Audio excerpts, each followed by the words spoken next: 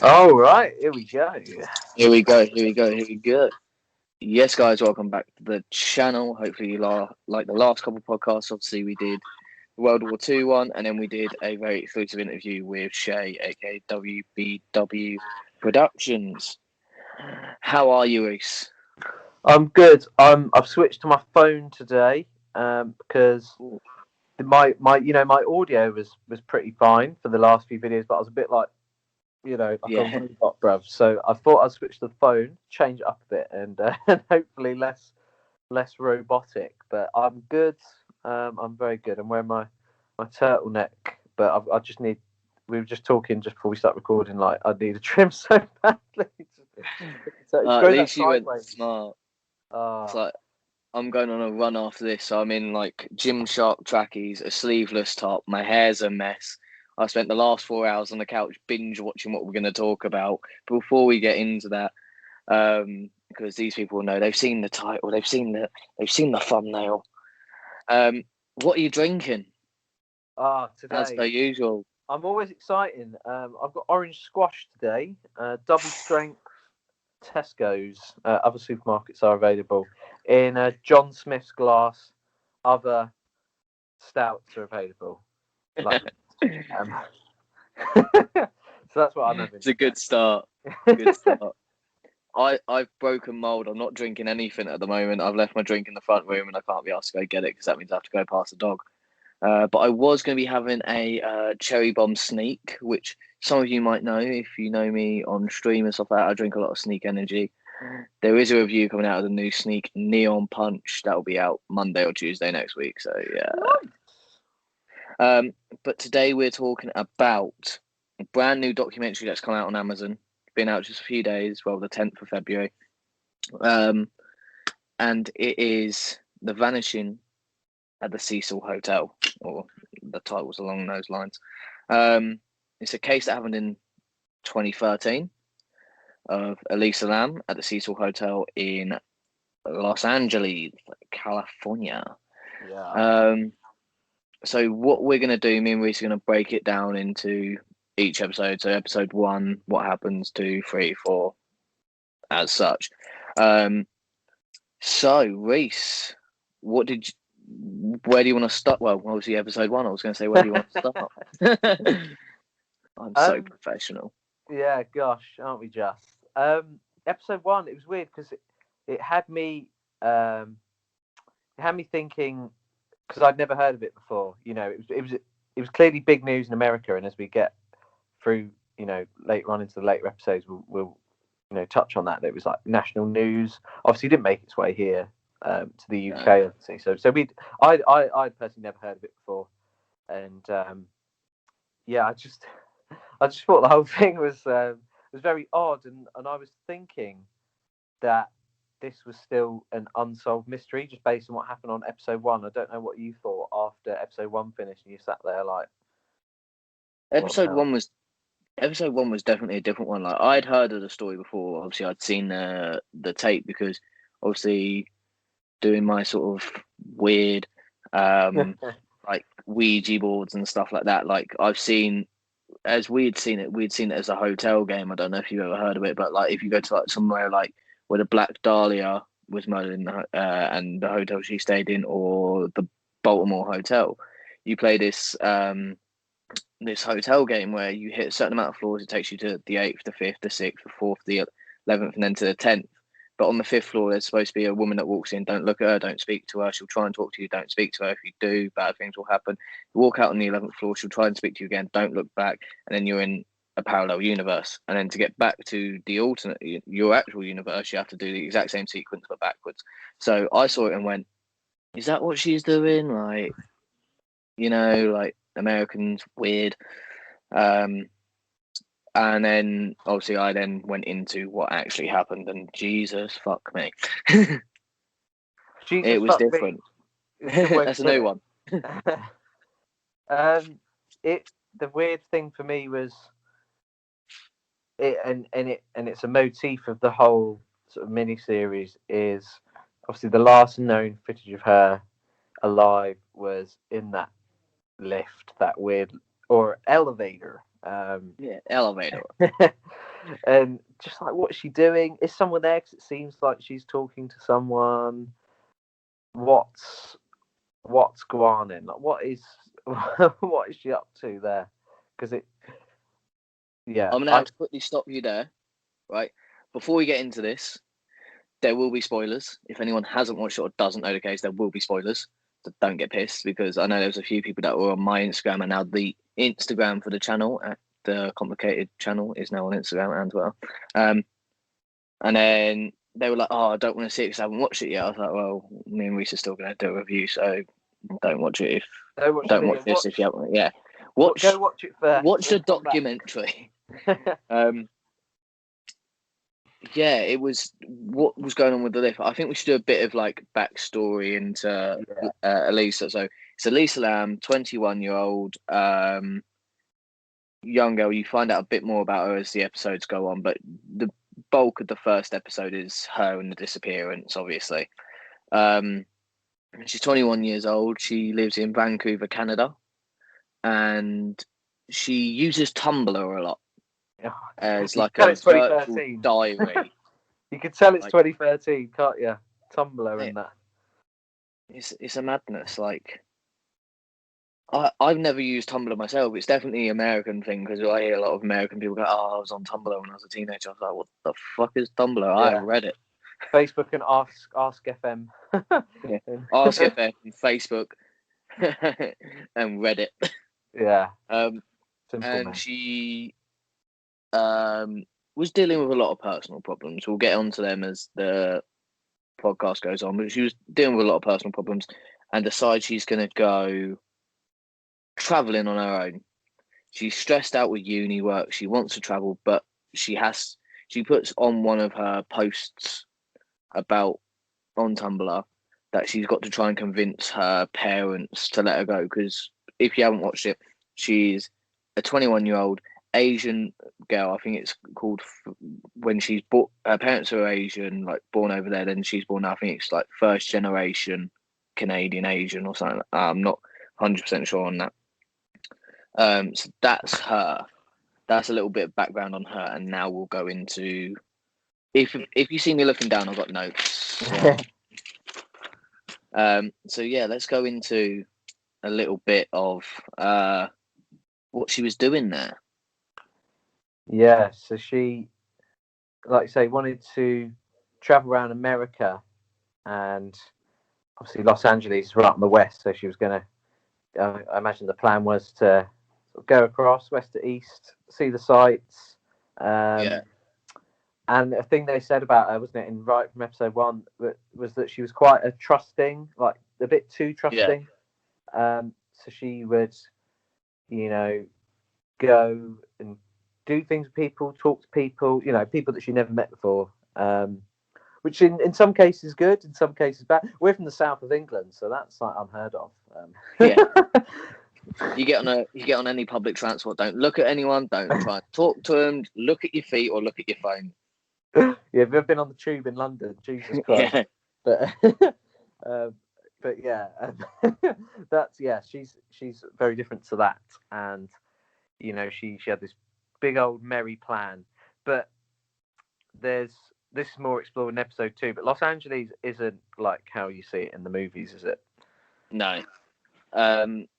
As you said, it's more explored in episode 2, and it isn't what people think. People see Los Angeles as, oh my god, it's glitz and glamour, it's La La Land sort of thing.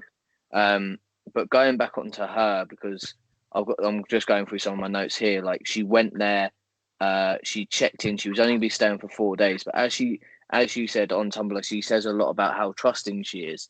She also puts she has no filter and makes a lot of mistakes,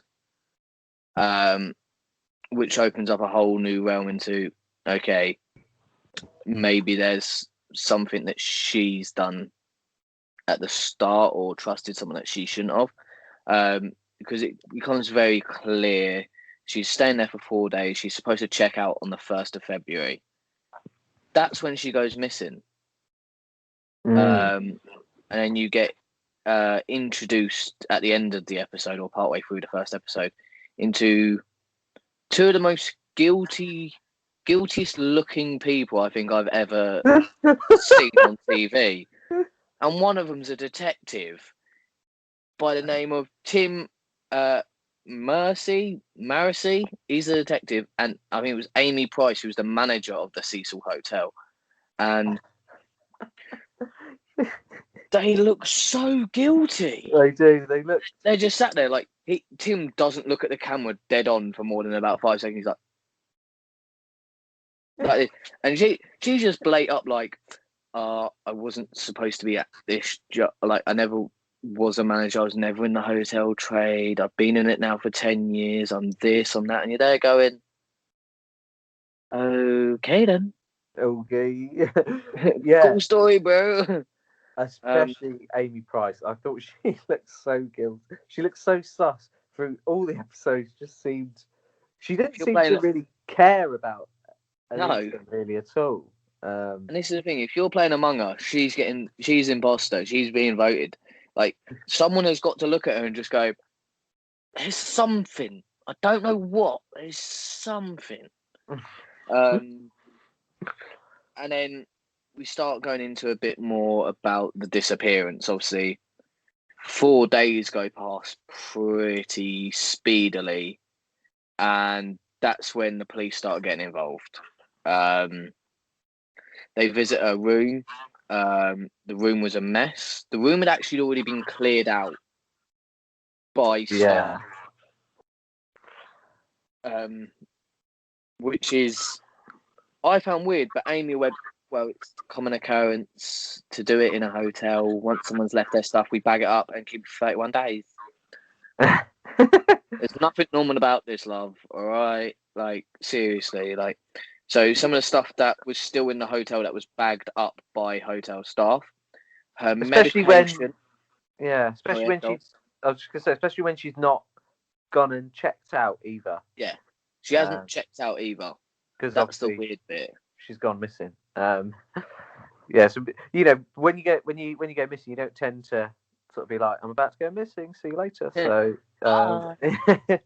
so yeah, and it was a bit weird. They, you know, all standard hotel procedure, blah, blah, blah. It's a bit weird that you properly stick to that, even in such different circumstances. But yes. Yeah. What did they find? What did they take? So the hotel staff bagged up some of these belongings. Her medication. So then if she does come back to her room and she needs her medication, she can't fucking find it. Smart one. Her wallet. Well, they say it was a wallet. It was probably a purse, but in the documentary they call it a wallet. Her clothing and her laptop. The important one's the medication, because we find out a bit about now, that she suffered with bipolar disorder, depression, and a few other things. That's why she was slightly different in this case, because she was more trusting. She had no filter. She made mistakes. And you find out later on she was the highest caliber on the highest scale on the bipolar sort of scale. Like, she had the worst version of it. And then so that sort of comes towards the end of episode 1, and we meet 2 people. Like, it jumps to a beautiful part of the country, Plymouth. Yes. And you meet Mike and, is it Sabrina? Oh, I can't. That couple. The weird couple. Yeah. It was Mike and something. Like, she was weird. A lot of people in this documentary were weird, as you find out as you go on. Mm-hmm.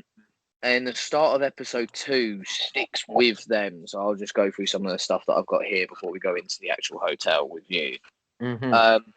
They visited the Cecil under a different. It was under a different name, which we find out in the next part of this sort of episode. They walked in. It was like a glistening cathedral, and then when they walked out of the lobby, they realised it was like it was back in the 1920s, like it hadn't been touched. They said the room was dirty, sticky carpets, didn't feel safe, and and they were like, "Oh, it's okay. We'll only stay here for a shower and to sleep." And then they go, "Oh, we're going to go out for a wander, see what it's like. We don't want to stay in this for any much longer." And then they get a bit lost because they're jet lagged. They've just got to LA, and they would go, "Oh, where's the Cecil Hotel?" to these people, and people start like giving them dirty looks, like not talking to them, and then they find the flyer for Elisa Lam, and they're like, "Oh my god, this isn't the hotel we're staying at." At this point, it does jump between their interview and the police going, "We've got no leads. We've got all the records off the staff, off the guests. She was seen in a place that she shouldn't have been. She visited a bookstore. There was no trace for 5 days at all. She was apparently meeting someone online." And then all of a sudden it stops there with her and jumps into the Cecil Hotel itself, which was definitely different. Just a bit, yeah. So I suppose, yeah, episode 1 sort of ends with this, like we've obviously touched on it, because it's probably the most vivid part of the whole series, is her in the lift mucking around with the buttons. We don't really know what happens. Last known picture of her alive as well, so it's quite significant. But basically, episode 1 ends with like, she's gone, she's vanished, we have no lead, we don't know where she is. So episode 1 ends, and it's like, you don't have a clue. So after this episode, because I watched episode 1 the other day, and I watched the remaining 3 last night. It's episode 1.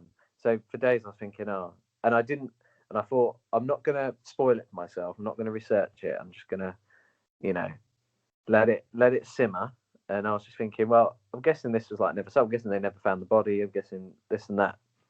They get into episode 2, but they don't sort of talk about her straight away. They talk about more about the Cecil, don't they? And they talk about the fact that it's in an area of Los Angeles called Skid Row, and we briefly said that Los Angeles isn't like foreigners to America would imagine it, because obviously Los Angeles, think of Hollywood, we think of all this lovely stuff, but Los Angeles is a bit of a dive for the most part. It's obviously one of the biggest cities in America, and it's just not very nice. And they basically had this amazing idea to basically get all the sort of people released from prison, people released from mental facilities, homeless people, and just shove them all into one area, and sort of try and contain the sort of washed up members of society, and just contain them there, which is just awful. it's like containment units. The police would stop people leaving the area, wouldn't they? Yeah, so it's a 56 block poor area with around up to 8,000 homeless. That's fucking mental. And there'd be like little shanty towns just out in the street, like by buildings. It was just, and if you were from those parts and knew it, that would just be like, to them that's just normal. But obviously to tourists coming and staying at the Cecil, expecting to see, wow, LA, and they come, they let's say they've got a taxi to the Cecil from the airport, say, and then they haven't really seen much of it, and then they step out the hotel the next day to go and explore, and then it's like, where the hell am I? Yeah, like, this isn't how I expected LA to be. And the Cecil, it didn't just have sort of hotel guests, did it? They also had basically sort of temporary sort of rolling monthly contracts, if you like, to people that stay there. That's due to a law there, or like a rule in there, because they tried to evict those people, and it came in saying like they got agreements, they're staying, sort of thing, which makes the hotel split up to the first and second floor people, the tenants. Third to fifth are hotel guests, and then sixth upwards is just anyone. Yeah. And they sort of they sort of divided it up into little bits because there was like also sort of like a youth hostel bit as well, wasn't there? Where I think that's where Elisa Lam started off with, because she was in a room with other people, wasn't she? Yes. But that's we'll get to that. Gosh. But here's some sort of like statements about it. Cost $1 million to build back in 1924 and was massive until the Depression hit in America, which fucked a lot of life in America up, as everyone knows. Worldwide ramifications, as we know. Yeah. Gosh, that's a whole nother story. It has 700 rooms. It was known as a traveller's hotel, and then after everything started happening, it got known for drugs, robberies, and prostitutes. Not all floors have CCTV, and not on Elisa Lam's floor. Where else have I got other stuff? Still. Yeah. Amy even speaks about it. Our favourite manager of the year, Amy. She was like, there was guns in places. She was used to, on her first day, there was a stabbing. She was doing a guided tour, and there was a police officer with a sniper rifle going, go into any room because there's someone with guns and knives. And you're there going, great, you're giving a tour and that's happened. And then it goes back from into the Cecil Hotel to back to the investigation to back to the Cecil Hotel. So I've got, as part of the investigation, because this is when they actually decide to search the Cecil Hotel.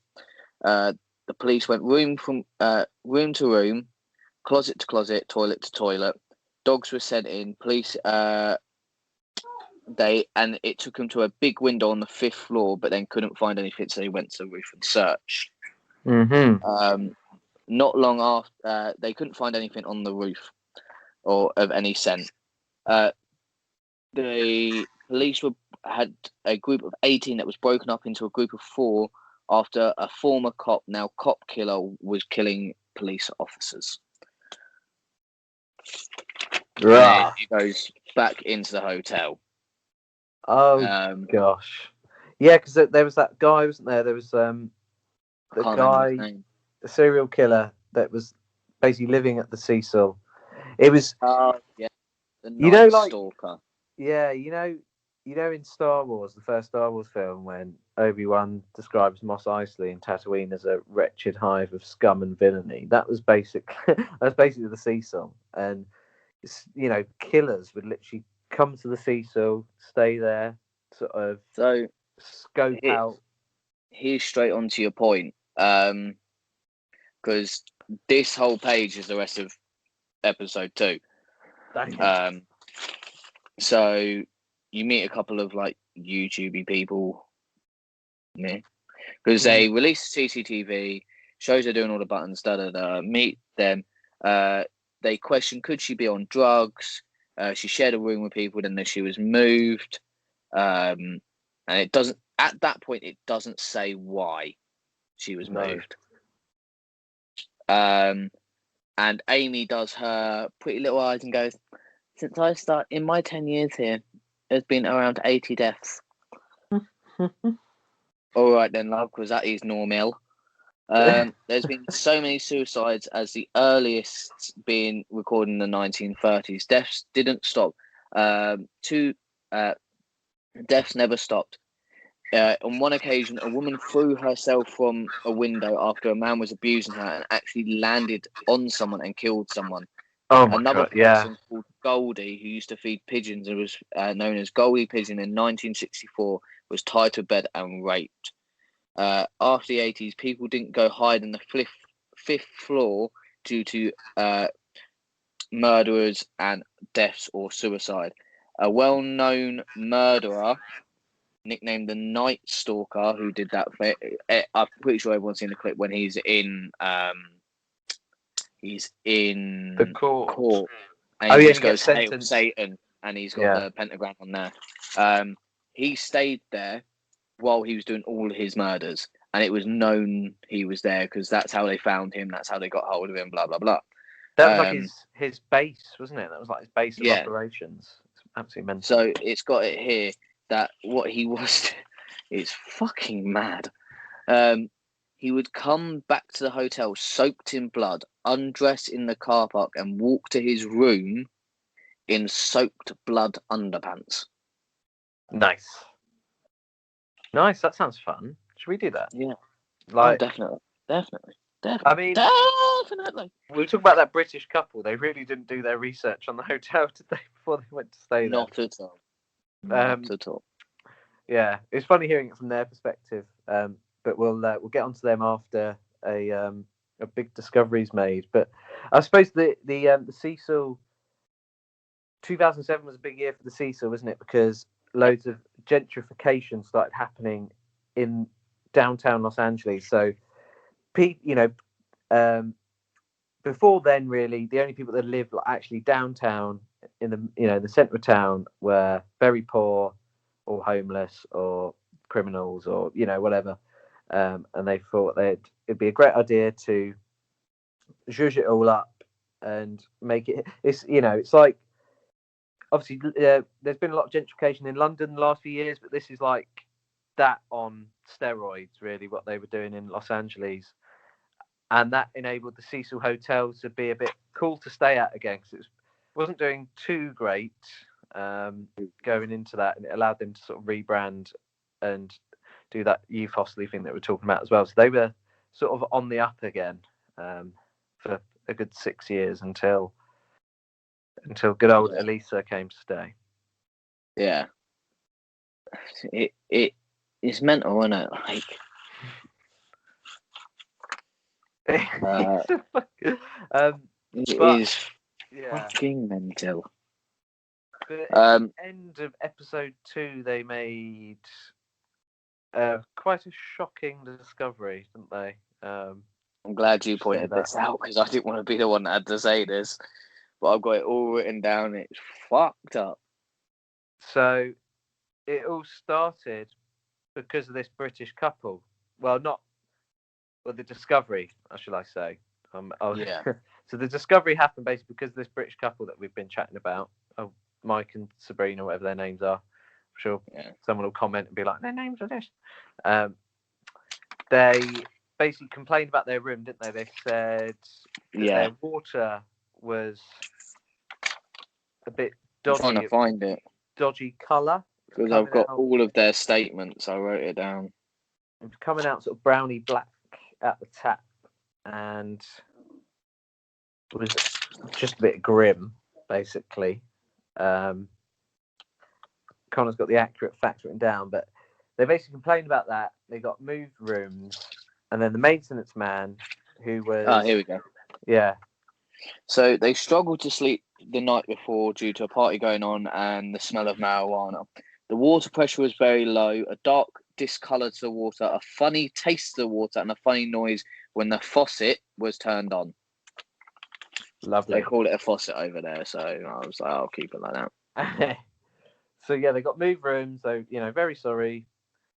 And the maintenance man is Mexican chap whose name I can't. I've been really Santiago. bad with Santiago. He was the loveliest man in the world. Yeah, he seemed like quite a genuine bloke. I thought he seemed like a really genuine, like Amy Price. Obviously, we've said it bare times, bare sus, but this guy seemed like a really genuine chap. Yeah. To be fair to him, and I feel bad for him because he saw the sort of discoloration in the water for himself, and he thought, oh, there's only let's go straight to the source, and he goes onto the roof where there's 4 big water tanks which filter the water, circulate the water around the hotel. And he climbs up the ladder. One of the water tanks had a ladder on the side of it, and he climbs up, and the hatch is open. And he's like, "Oh, that's a bit weird." And he peers in, and he finds Elisa Lam dead, naked, floating face up as well. So that can't have been nice to see. And being a good employee as well, the first person he told was Amy Price. Yep. Did you call the cops straight away? No, No, she called her mum first. Mum, I fucked it. Basically. So Elisa Lam's body was found. So I was thinking they'd never found the body. So I was like, wow, okay, they found her body. She's dead, which is horrible. And yeah, naked as well. And her clothes were all at the bottom of the water tank as well. So now you're thinking, how the hell did she get there? And this was roughly, I think it was the figure that kept being thrown about was 19 days after her disappearance. Yeah, 19 days after her disappearance, she was found. So they believe she was in there the whole time. But the reason this English couple were there, and the reason Elisa Lam was there, was due to rebranding of the hotel. They started to get bad reviews under the Cecil name, so they opened a separate part of the hotel, which was the third, fourth, and fifth floor, under a name. I think it was like Stay on the Main. Stay on. They changed the cut. They changed the layout, so they had a separate reception area. Yeah, that's the one. It was orange, bright colours, new uniforms for the staff that worked in that section, knew this, knew that, so it would attract people in. And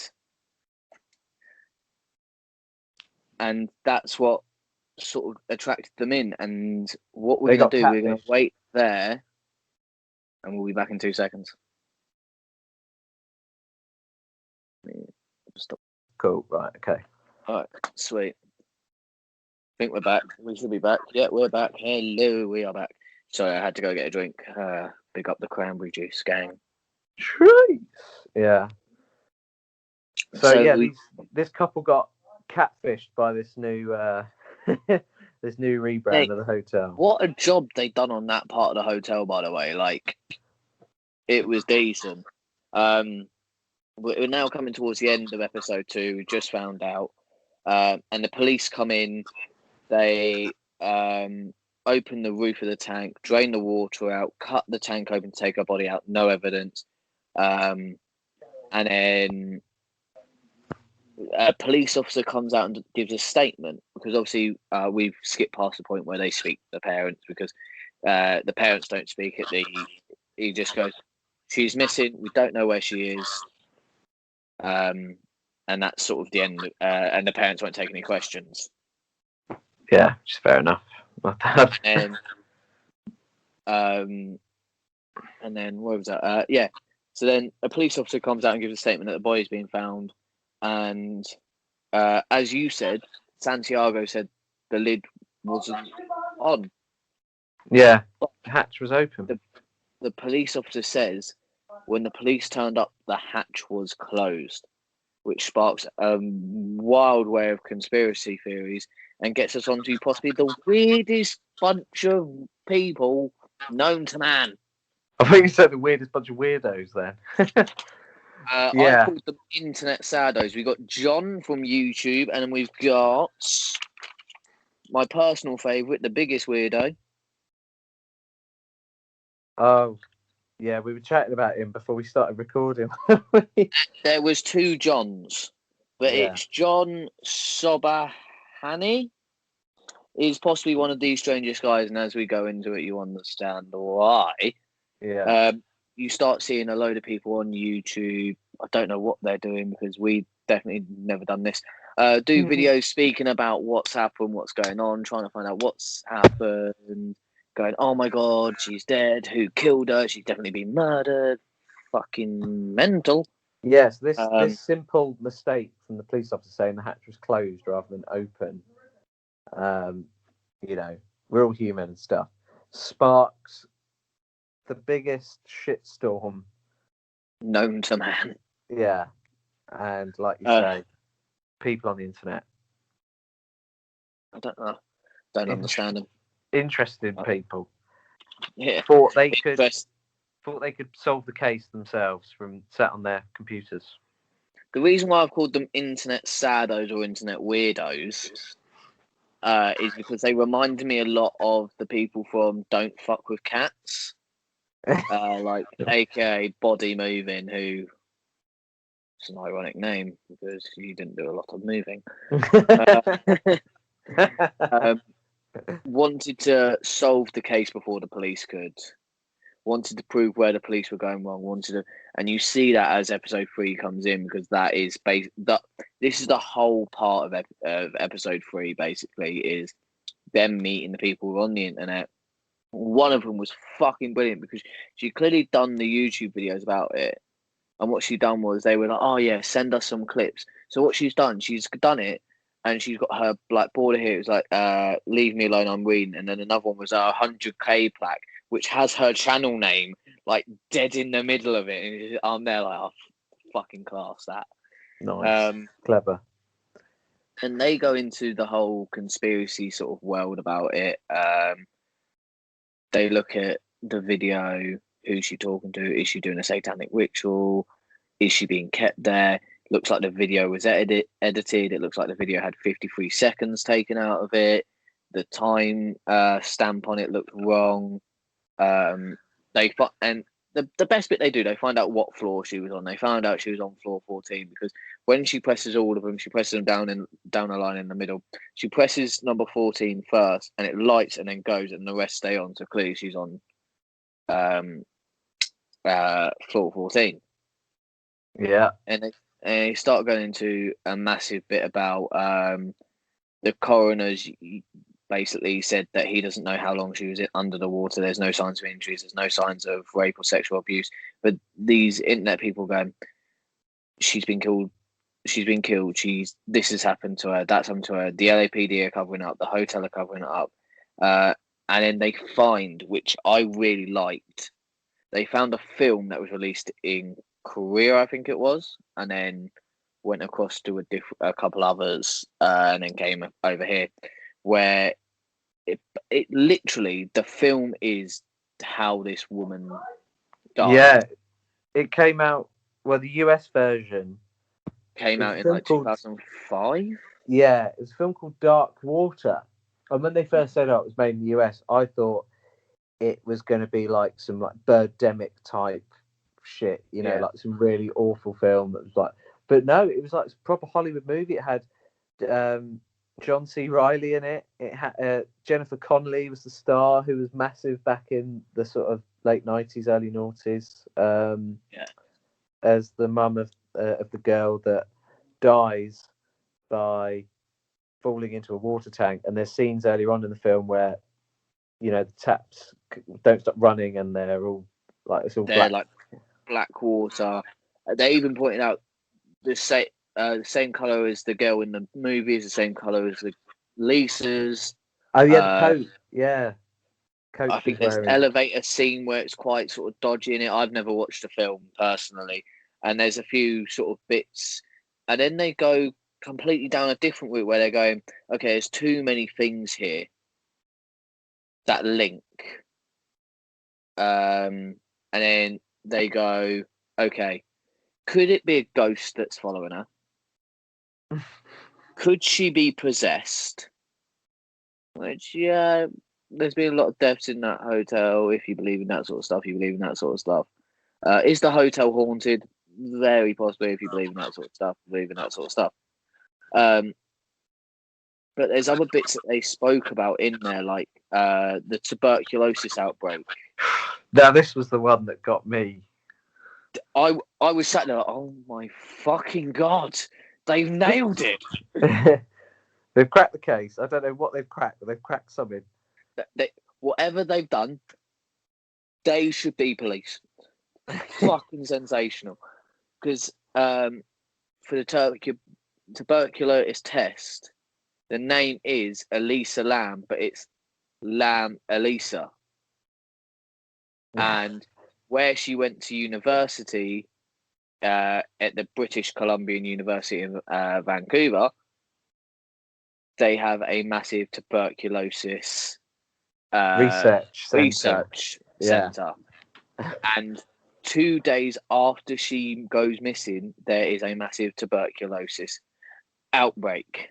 So it's like, and then one of them goes, could you have been sent by a government? But then she knew too much, so they killed her off. Right. I was like, okay. You might just be stupid enough to have fucking nailed it. I think It's like one of them. episode 3 is the best, but for me, Yeah. because it's where it all gets sort of kicked into 12th gear, and the way that the documentary's put together as well is, especially if you've been binging it like we did, it sends You you get down so these engrossed. it sends you down these garden paths, so it has you thinking, oh, maybe the coroner is dodgy, or like maybe the whole of it was fucking like, even the points where, like, I'm pretty sure you were just about to say it, but the John under Creever, was it Polish Romanians? I don't want to get this wrong. So he came from that part of the world, came over, and like they even looked into him and his past. He came over as a journalist to look at the red light district in places, and even worked with the police. But then was actually killing people because he was an actual murderer on the run from being a murderer in his own country. And like these people even looked into that, and you're sitting there going, "These are fucking brilliant." you got to rate the work ethic. Mate, It's just mad. sensational. You got to give it to them. If nothing else, they worked hard on this on this case. They deserved it, and all the possibilities. And yeah, episode 3 was a bit mental in that case as well. And also, they, well, it wasn't much of a cliffhanger because we both watched episode 4 straight after. But they sort of left it on a cliffhanger where they were like, "Oh, but there was this guy that was staying at the hotel."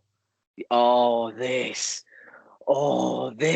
is beautiful. So they pick up this guy who is, I felt really sorry for him. Yeah. Because clearly he was a man that loved his craft. I've got to flip over my page so I have the right stuff. Yes, Morbid. Yeah, that was his artist name. He's a death metal musician who stayed in the Cecil Hotel. And this is literally my exact thing, because it was like police were struggling to find out what happened. Was she murdered? Was she killed by a ghost? Was she possessed? And it was Morbid, death metal musician, stayed in the Cecil Hotel, did music videos about murder, done a song involving a young woman drowning, and mentioned China. Could he have killed her? And that's where I just left it. I was like, that's how episode 3 ends. And I was going to go to bed after episode 3 and watch episode 4 today, because I watched these last night. But I was like, I can't go to bed now. I was watching. No, I'll tell you what. I was watching in the living room, finished episode 3, and then I got into bed, but I've got telly in my room, so I watched it whilst in bed. So I was like, I sort of cheated. So I was like, I've got to go to bed. And I did go to bed, but then I watched the episode. Yeah. So that's how episode 3 ends, because you think, oh, okay, potential lead, and it's like he was staying in the Cecil.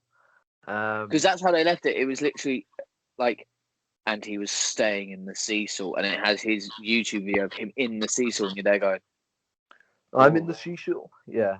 And then you think, oh, okay, maybe, yeah, that's, there's a good case for it, maybe you could say. And then you get into episode 4, the final episode. And so before we go anywhere, the first 3 episodes of this documentary, rate the documentary out of 10 based on the first 3 episodes, because I think up to the 4th episode, it was a great documentary. I think the 4th let it down a little bit. Yeah, it was really, the first 3 definitely had that sort of mystery, sort of kept you guessing. Yeah, I'd definitely say like a solid 8 out of 10. Yeah. It was very, I was hooked, and that's why I couldn't not watch the 4th straight after, because I was like, I need answers. I need answers, and I need them now. And it was done in a good order. Like, they didn't like reveal that she was dead in the water tank straight away. They like made us wait for that, so we sort of built it up, and it's quite cleverly done, I think. So they first did. 3 episodes strong. Yeah, brilliant. I think it's probably one of the best Netflix murder documentaries I've watched. Or not even murder documentary. I'm not going to say. I'm just going to say documentary where someone died. Yeah, there you go. Well, no, because I'm not massively into these like sort of murder crime documentaries as much as other people. But yeah, I was hooked. So this could change me forever because I was absolutely hooked. But then I suppose there needed to be answers. So maybe that's why episode 4 was a bit weaker because they couldn't just. Yeah. And we get them in episode 4. Yeah. We were sort of slowly fed the answers. I think where we should start is on obviously Morbid and his. Obviously, it's the first time you see him. It's like he says, I think it's like the first time he's ever spoke about this case. Yeah, he actually came on the documentary, and when I saw him like sit, the bit where they have him like sit down, and then I was like, wow, they've actually got him on. This is crazy. And it's the first time you hear the documentary makers say something. Yeah, and I think that's what makes his interview a bit more poignant. Yeah, and it sort of has his coming on. It has a wider message about online abuse, giving people abuse on the internet and all that stuff, because this guy was getting so much abuse saying you killed Elisa Lam, you're a murderer, like fucking murderer, you deserve to fucking die, all this stuff. And then it's revealed that he was staying in the Cecil Hotel a whole year before Elisa was there, and at the time that Elisa was there, he was in Mexico, so there was absolutely no way he could have done it. And people did gradually accept that when they realised, but they didn't. He said it himself. He didn't get an apology. No one was like, "Oh, sorry, mate." They can just move on with their lives, but he,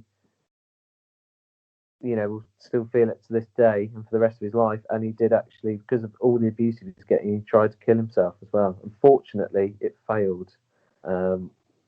His suicide attempts. It just shows just how far things. They went to absolute mental lengths. Like, he had his YouTube taken down, he had his Facebook taken down, his email got stripped, and taken down. And one of the things that it brought me back to was I watched the Don't Fuck with Cats documentary with obviously Luca Magnotta, who killed John Lynn, and it's like the first sign of anything people jump to. So a guy took the piss and put a video up of a cat dying, just like Luca had done before, and his name was Jamsy Cramsalot in his ass, right? A guy from Africa. I can't remember where from or whatnot, but it was from Africa. And they sent him so much abuse, he ended up taking his own life. And in the documentary, they go, well, maybe he was mentally unstable himself, maybe this. And they try not to take the blame for that. And the documentary skips over it quite quickly. Like, he took his own life, but then this happened, and it actually brought a light to it that people on social media who want to be these vigilantes, or as they get called in this internet, is it slow, whatever. Yeah. Just because you think you've got the right person, you're not the police. You don't have all the information. Yeah, and they really, they didn't gloss over that. To be fair, they spent decent time on it, and there was a sort of message to be taken from it as well. And the fact, again, repeat myself, but the fact that he came on and said it as well was like top bloke. You could think he's a bit weird, and because there's all those weird pictures of him in his sort of death metal gear, but that's just who he is. That's what he likes. Like, exactly, can't begrudge him that. That's people were going, because he had the Black Dahlia and Ted Bundy in photos behind him in one of his songs, like he has to be the murderer and stuff like this, or because the Black Dahlia once stayed at the Cecil Hotel. That was in bollocks. And it's like, I like how the documentary also, after it ended, put that thing on saying, if anyone is feeling alone is to make sure you get in touch with people because you're not alone. I liked that from the documentary because it was very much a documentary about how a young woman lost her life, but then it also brought up the side of the internet's good, but this is the bad bit, and this is what it can do to someone. And I think it handled it very well. Yeah, fair play to them for that. And yes, it wasn't until episode 4 that they explained the extent of Elisa Lam's mental state, and they were able to conclude that she was not taking her medication, and because of her conditions, especially bipolar 1, she probably wouldn't have been all there upstairs. And and there was also instances that made it quite obvious that she wasn't on her meds, because like I say, she was staying in the sort of hostely bit with some other people, and she was like putting weird post-it notes on their bed, like giving them abuse, like get out and all this stuff. Yeah, and then wouldn't let them into the room unless they answered the password. And then she came down, and the day before, I think it was the day that she went missing, she came down and went, "I'm crazy." And Amy even puts it down to it. She goes, "Cecil Hotel, it happens." Yeah, she's that's like, not Skid taking Row, man. care of Like, your guest. Yeah. So they moved her to her own room. They thought, okay, let's sort of nip this in the bud. You got your own room, should be fine now. And they sort of didn't really give her the time of day because it's Skid Row, it's a Cecil Hotel, and I've seen far crazier things. And yeah, there was something much more sinister going on in Elisa's head, that's for sure. Well, her sister comes out, not on the documentary, but her sister speaks out, and we find out a lot more through other people saying what her sister said, that when she doesn't take her medication, she has a history of not taking her medication. When she does, she hears voices and sees things and hallucinates a lot. And she also tries to hide from what she finds, what she sees, which are 3 massive points. Because after the autopsy comes back, it gets proven that she didn't have alcohol in her system, didn't have drugs, wasn't abused at all, but she was undertaking her medication. Yeah, and that was huge. And I think because the voices in her head could be quite sinister. So we were talking earlier about the lift, and going back to episode 1, and it seems like she could be talking to someone. That could have been the voices in her head. And they would have felt very vivid and very real to her. And it was good how they didn't. They addressed the stigma around bipolar as well, which I quite like. Maybe they didn't do it amazingly, but they did address it. So fair play for that as well. And basically, I think just before her death, it was getting really bad, and she climbed out the fire exit onto the roof, and she's trying to get away from these voices and tries to basically hide in the water tank, doesn't she? Yeah. Another thing that I've got written down here, she was actually hospitalised for not taking her medication. So on the 21st of June, everything gets released. The death gets ruled as an accident, and then everyone starts going, "Oh my god, what the fuck? She's definitely." All the internet people go, "Oh, she was definitely murdered." Blah blah blah. There's no way, because if the hatch was sealed, how can she get into it? And she was naked. And this is where I like where the coroner actually spoke out about what probably would happen. Like, he was like, she's running away from these thoughts in her head and what she's seeing. She jumps into the water to hide, and then due to hypothermia and the change in the water and the change in the body, depending on how the heat was that day, depending on how cold it was, she ended up taking her clothes off to make herself float, as well as keep to the temperature of the water. And that's why the clothes were off her and she was naked. And then obviously succumbed to drowning by not being able to find a way out. Because even my dad was like, "Oh, is there not like a ladder on the inside in case anyone falls in?" No, there isn't. And then everyone's still like, "Oh my god, like she was murdered." She has to have been. And the family actually sued the hotel, or tried to sue the hotel, which is where we find the biggest piece of evidence that was mishandled, which could have stopped a lot of this, people getting accused and stuff like this.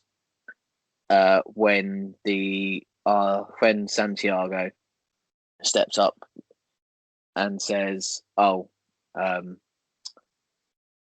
hatch was open when I saw it." So then it's like, okay, so if the hatch was open, why has the police officer said the hatch was closed? But there is one big thing that I've just realised we've missed out of this, because I've just seen my fucking notes. It was, how did she get to the floor? Which we can actually go through now if you like. How did she get to the roof? Because there was an alarm door, but also in a lot of American hotels, if you're English or not from America, you won't actually know. They have fire exits that go and lead to the roof, so a helicopter can get on and take you off, sort of thing. So they were like, the only people that could disarm the alarm when you got was someone that had a key, which was Santiago or Amy. Yeah. So it was like, well, one of them has to have done it. Yeah, because people were saying, "Oh, that was another conspiracy thing." Yeah, there's always going to be stuff we've missed out. There's probably other things we've forgotten to say as well. I'm sure people comment. There's just so much to unpick, but other conspiracy theories like, well, the alarm just didn't work that day. She got up there, or this and that. But the likelihood is that she got out onto that outside. Well, even the police took her to the police dog took them to a window that led to a fire escape. Yeah. So there you go. And then the judge ultimately sides with the hotel, saying it wasn't the hotel's fault that she was where she was, which I actually think it was. Yeah, that's poor from them. They got away with one there. And Amy Price's like final thing that she says across the whole documentary is like, it wasn't the hotel's fault. And didn't get great vibes off Amy Price, not gonna lie. It was like, she was like, we don't have to lock up our water tanks. I was there like, what?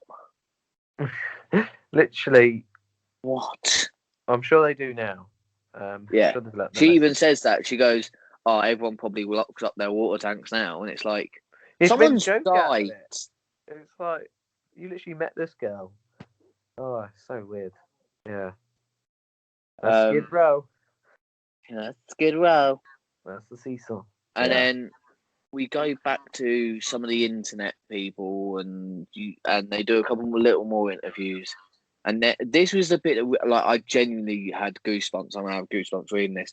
The John guy, the one that I called Strange. The one that he cried for hours. He talked like he knew her. He loved her, but he didn't say he loved her, but he clearly loved her. Fucking weirdo. Yeah. Right. He wanted closure. He wanted to feel closure. In this case, so got someone to video themselves walking into the graveyard and touching her gravestone. Yeah. That's weird. That is weird. Okay. Yeah, no, that was very strange. He seemed like a nice enough guy. His attention seemed pure enough, but just what? Like, you didn't even know her. You never even met her. It was like it's like some of the stuff that the people on the internet did, where it was like they went onto the last bookstore website, looked up everything, and then there was a postal code. Clicking the postal code, put it onto Google Maps, and it took you to the cemetery that Elisa Lam's buried in. Sorry, and it's like, someone's clearly done that, because it's not going to be someone who works there that's done that. Someone's clearly like just gone, yeah. Yeah, that's easy. That's easy enough to do, surely. Yeah, I mean, we didn't even speak about the last bookstore and the fact that Elisa was given a box outside the hotel on the day that she disappeared by two guys. You think, oh, are they dodgy? And then it's like, well, actually, no, they were just delivering books to her. Yeah, that part of the documentary I didn't understand, because it was like, oh my god, there's two dodgy guys. And about 30 seconds later, they're not dodgy. They're not dodgy. They work for the bookstop. And it was just like, yeah, baiting us out. Like, oh my god, oh there's a lead. Oh, never mind, it's not a lead. Yeah. I mean, that must have been how the police were feeling though throughout this whole thing. Yeah. Like, oh, there's a lead. Oh, there's not a lead. So I suppose that's why they sort of filmed it in that That's way. why they put it in sort of. But yeah, I mean, fucking hell. It's a bit of a mad one. But yeah, so Elisa Lam's death was Elisa Lam? Elisa Lam's death was put down to accidental drowning. By the end of it, I was like, yeah, it's definitely accidental. She was running from what she thought was there. There's still people that are like, oh no, she was murdered. No. Or she was led up. Like, me and my dad was like, I don't want to watch this shit. I was like, well, you know, you fucking watching it. It's on the TV. And we were discussing the whole time, was it the fact of she was led there by someone else? Yeah. There was no way someone could have like killed her and then carried her up all those flights and then carried her into the water tank and then dumped her body and undressed her as well up there. I know she wasn't like the heaviest or the tallest girl, but bloody hell, you just be like the Incredible Hulk to have that strength. Yeah, she was 5'4" and like 116 pounds, I want to say. Yeah, something like that. So yeah, I remember her being 5'4". I remember reading that. So yeah, I mean, she's obviously not the biggest, but to be able to, because you need one hand to climb the ladder and one hand to carry on. Unless you've got it like tied round you, there's no way it's going to happen. Like, the logistics are impossible, basically. Yeah. So yeah, I'm happy to say that I think she accidentally drowned. If anyone watching this still has another opinion, we'd love to hear it. But I think she was just running from these demons because she hadn't taken her medication. It's very important to take your medication as well. That's another. If you're on medication, you're on it for a reason. Take your meds. Yeah. There you go. God, great advice from me there. Sensational. Oracle. But yeah, no. And it sort of ended on a positive in terms of like people saying, "Oh, Elisa, you still have influence to this day because I still read your blog posts." Because obviously we talked right at the start of this about how she was very active on her Tumblr and she was very honest and open, maybe a bit too honest on the internet, but ultimately sort of helped people. And obviously lesson learned from this whole ordeal as well about battling your demons, mental health, whether you've got, a sort of diagnosable condition or not. We all have mental health. We all have our good days. We'll have our bad days. And exactly. I like that they raised awareness of that at the end. And Elisa Lam is sort of like a beacon of openness and sort of positivity in a way.